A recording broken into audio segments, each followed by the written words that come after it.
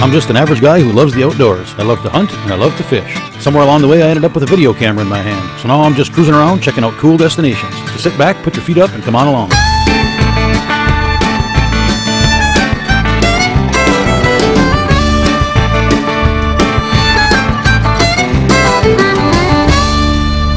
I'm Brian Whitens, and this is where I've been.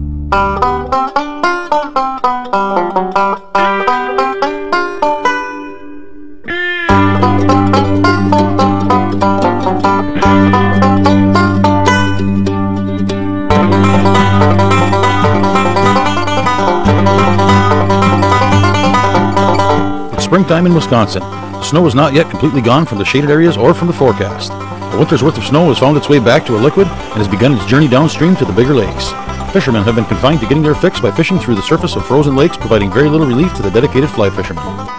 As I traveled through Wisconsin, I couldn't help but think about cheese and bratwurst, the Packers, the Crusher, polkas, and beer. I do love cheese, brats, and beer. I don't mind polkas. Most of you probably don't remember the Crusher, and yes, I am a Packer fan. But that's not why I was here. I'm here because I read about a beautiful river called the Bois Brule. Originally pronounced the Bois Brule by the early French fur traders who used the river as a connecting route between Lake Superior and the Mississippi. The name means river of burnt wood. The river has also been referred to as the President's River. It's been dubbed the President's River because no less than 5 U.S. presidents have fished its trout-laden waters. The river has a spectacular history and is popular for many reasons. But in the spring of the year, to anyone with cabin fever, a fly rod, and an incurable addiction to the wild, silvery, hard-fighting lunkers that lurk beneath the surface, there's only one that matters. It's time for the spring run of rainbow trout. It's time to fish steelhead. For that, I hooked up with a couple of Wisconsin's top fly fishing guides, Damian Wilmot and Tim Pearson of Fly By Night Guide Service. Basically 2 times a year that the steelhead are available to the river fishermen. And the first is in the spring, and there's actually fish in the river all winter. And the season opens on the Brule on the last Saturday in March every year. And you know, there's always fish in the river, if not fresh ones from the previous fall. And then also there's fish that'll come up in the spring. But most of our steelhead on this river come up in the fall, and that's really my favorite time to fish steelhead on this river is in the fall.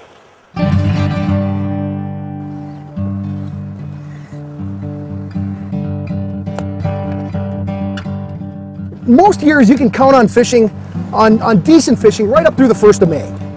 You know, last year we had such an early spring. You know, by the 20th of April, I mean, not that there wasn't a fish or two around, but boy, it was pretty slim picking out here by then. You know, some years, I mean, I've had good steelhead fishing some years right up to Memorial Day. All kind of depends on the year, but most years I'd say dead average, the 1st of May, you can probably still expect to hook a few fish. We're very blessed with the Brule River. It's a very stable, spring-fed watershed. You know, with the exception of the spring melt, generally you don't have to worry about it being fishable or not. In the spring, it's a little bit more inconsistent than in the fall. But for the most part, once the major runoff is gone, you can pretty much count on the fish being here. There's a fish.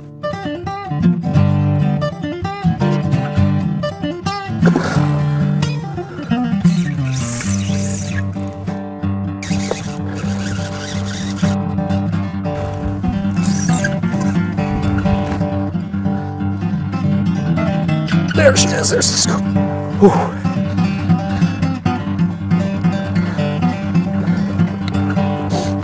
There she is.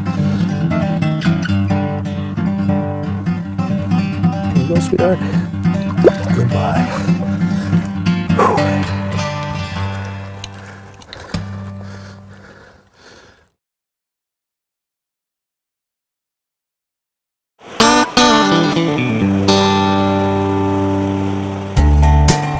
Oh, nice fish. Stay out of that wood. Come on. Whoops, I'm coming down. Getting a little bit of this current, they're hard to, you know, you're not getting them back up. You got to kind of chase them down.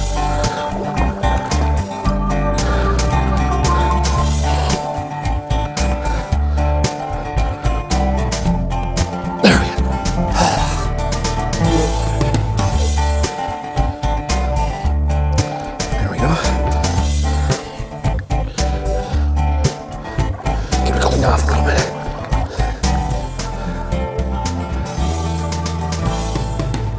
Brule River steelhead. Wild Brule River steelhead. Oh. One of the really cool things about the Brule River is its long history and tradition of fishing and fly fishing in particular. But even before that, its historical significance goes back to the early days of the fur trade. I think it was right around 1680 is when the first fur traders came through. This was the link between the Lake Superior watershed and the Mississippi watershed. They'd come up the Brule River and then cross over to Lake St. Croix and then down the St. Croix River to the Mississippi. So, it was really an important early part of our history in the Midwest. But then when you get into the fishing part of it, I mean, the Brule's been known was known as one of the premier brook trout fisheries there was back in the 1860s.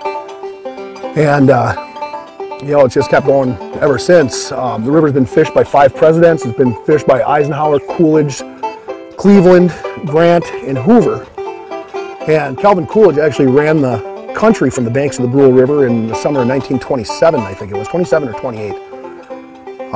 We stayed up at the Cedar Island Estate, which is on the Upper Brule River, and the Upper Brule River is really a beautiful area with a lot of old lodges built back at the turn of the 20th century, between the 19th and 20th century.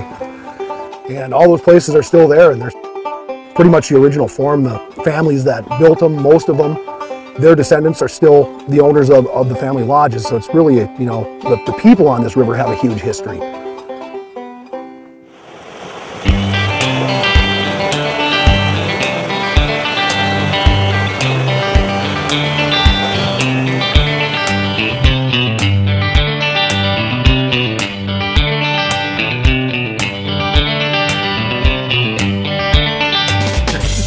See ya.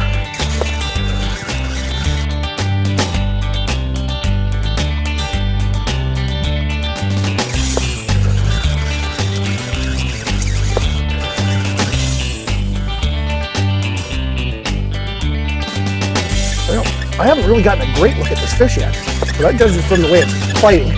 This is going to be the best one of the night if you get it in. Oh yeah.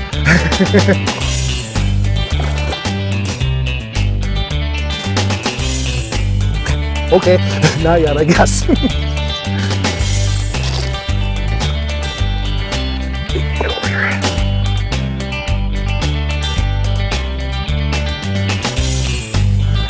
Oops.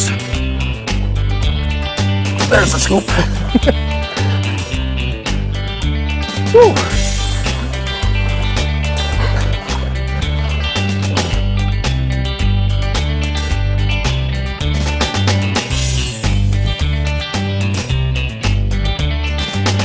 Well, both fish came on the same pattern so far.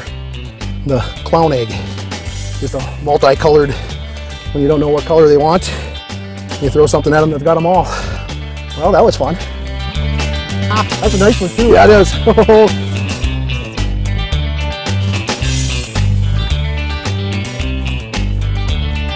I'll come help you in a second here. Yeah, no, we're good. Well, this one's got some horsepower. Yeah, it's a nice fish. Just keep going.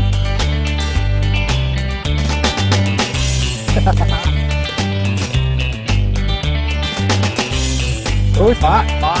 Dang. I think I might have this one fouled, Timmy.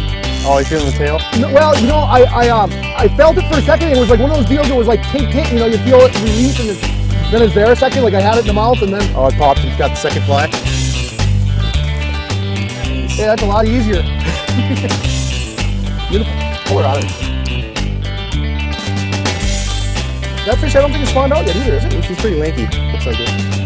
Oh yeah, yeah. Yeah, she's definitely spawned out. Drop that. Cool, huh? Okay.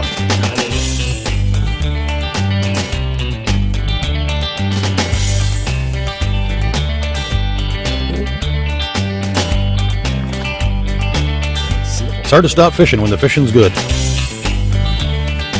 But sometimes you gotta stop and take it all in. And there's no better way to do that than relaxing on the banks of a river over lunch.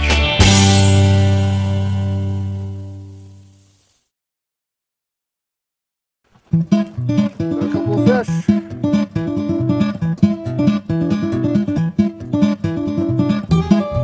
Yeah, we get our steelhead one way or the other around here.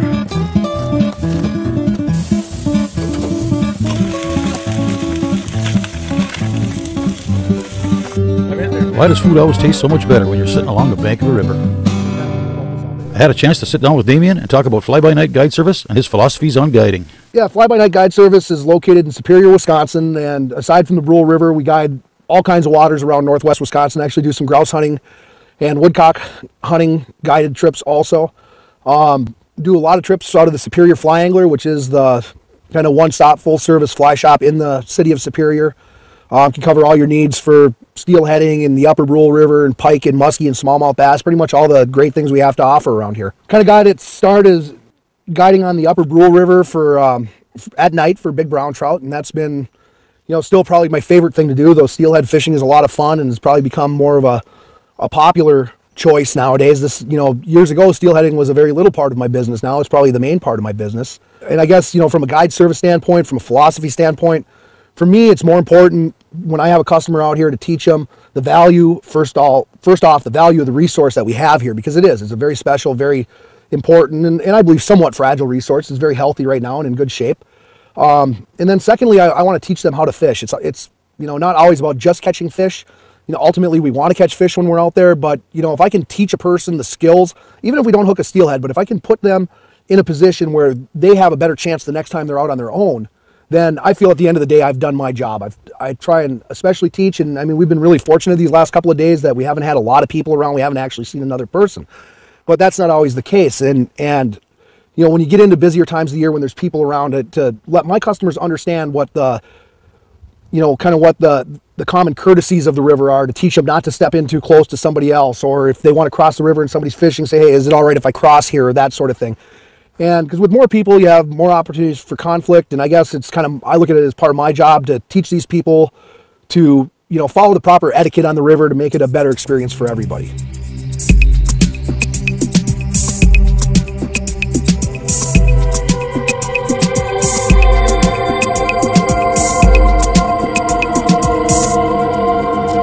There's a fish. Oh, baby. He's all wrapped up in my leader. Yeah, we might not land this one. He's all wrapped up right now. Well, maybe we straightened out now. Yeah, I think he is. We got lucky. That's another big fish. Oh, he took the nymph.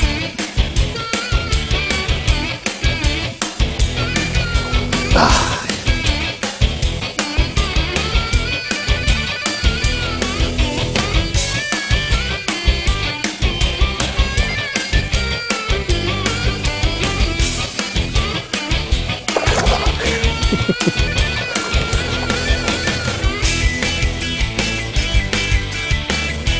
Oh, now he's swallowed up.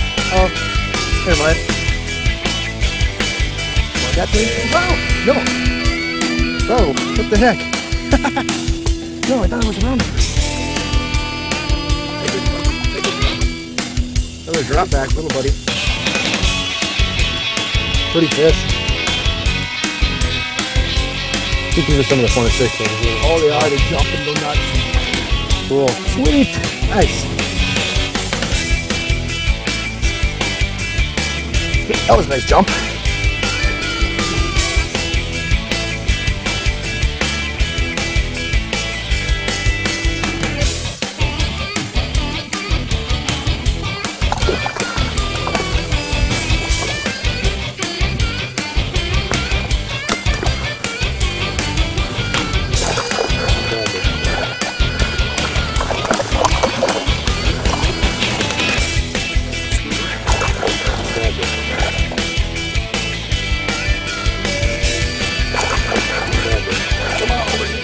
Sorry about that. A little smaller fish, but still a nice one.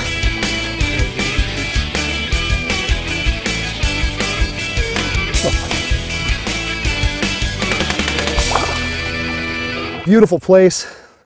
Hey, the most beautiful place I've ever been anyway.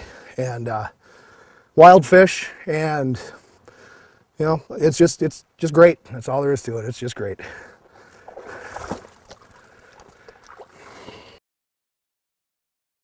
If you're thinking about planning your own trip to the Brule River, you'll need a place to stay.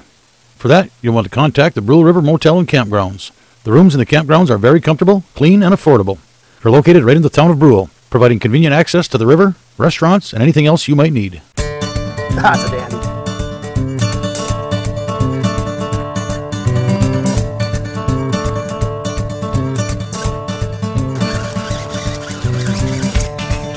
On the egg again. Oh! Oh, coming right at us. Hey, oh, there she goes. We're done.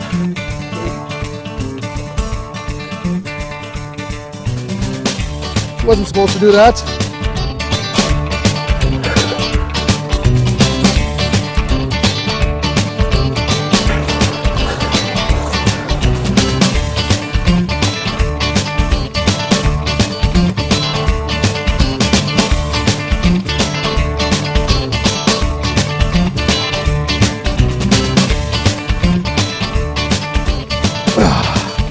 Miracle.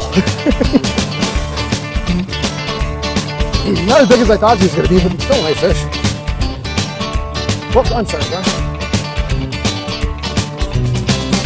Pretty fish. Another hen. Every one of them's been a hen so far. Little bucks.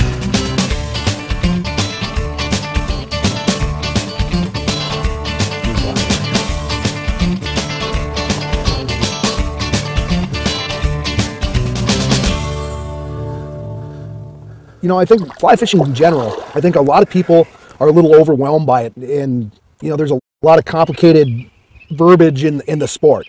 And ultimately, you can make it as complicated as you want to, but it's also a very simple pursuit. You know, it's like, you know, you're tying a fly onto the end of a piece of fishing line and you're catching a fish with it. And you don't need to know Latin names of insects to make that happen. You don't need to, you know a lot of the technical jargon that goes along with the sport. It's a relatively simple pursuit. And most people, what I find is it just takes a little bit of coaching and to master a couple of very basic skills that anybody can master for them to be successful and start growing in the sport. That's the great thing about fly fishing. You can challenge yourself as much as you want.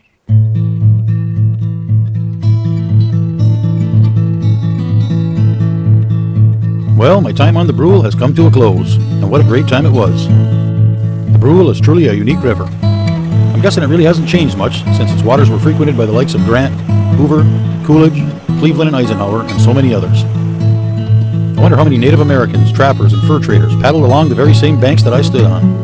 It's great to know there are people like Damien and Tim carrying on the traditions and examples set by the many guides and caretakers of the river who have passed this way before them, so that the Brule may stay clean, productive, and wild for many years to come. Beautiful scenery, a great river, great fishing, a cheeseburger and a cold beer, the sounds and smells of spring in the air, the mesmerizing tone of rapids in the background. When I'm back home, laying in bed with my eyes closed and can't fall asleep, I think this is the place I'm going to come to. I'm Brian Whitens, and that's where I've been.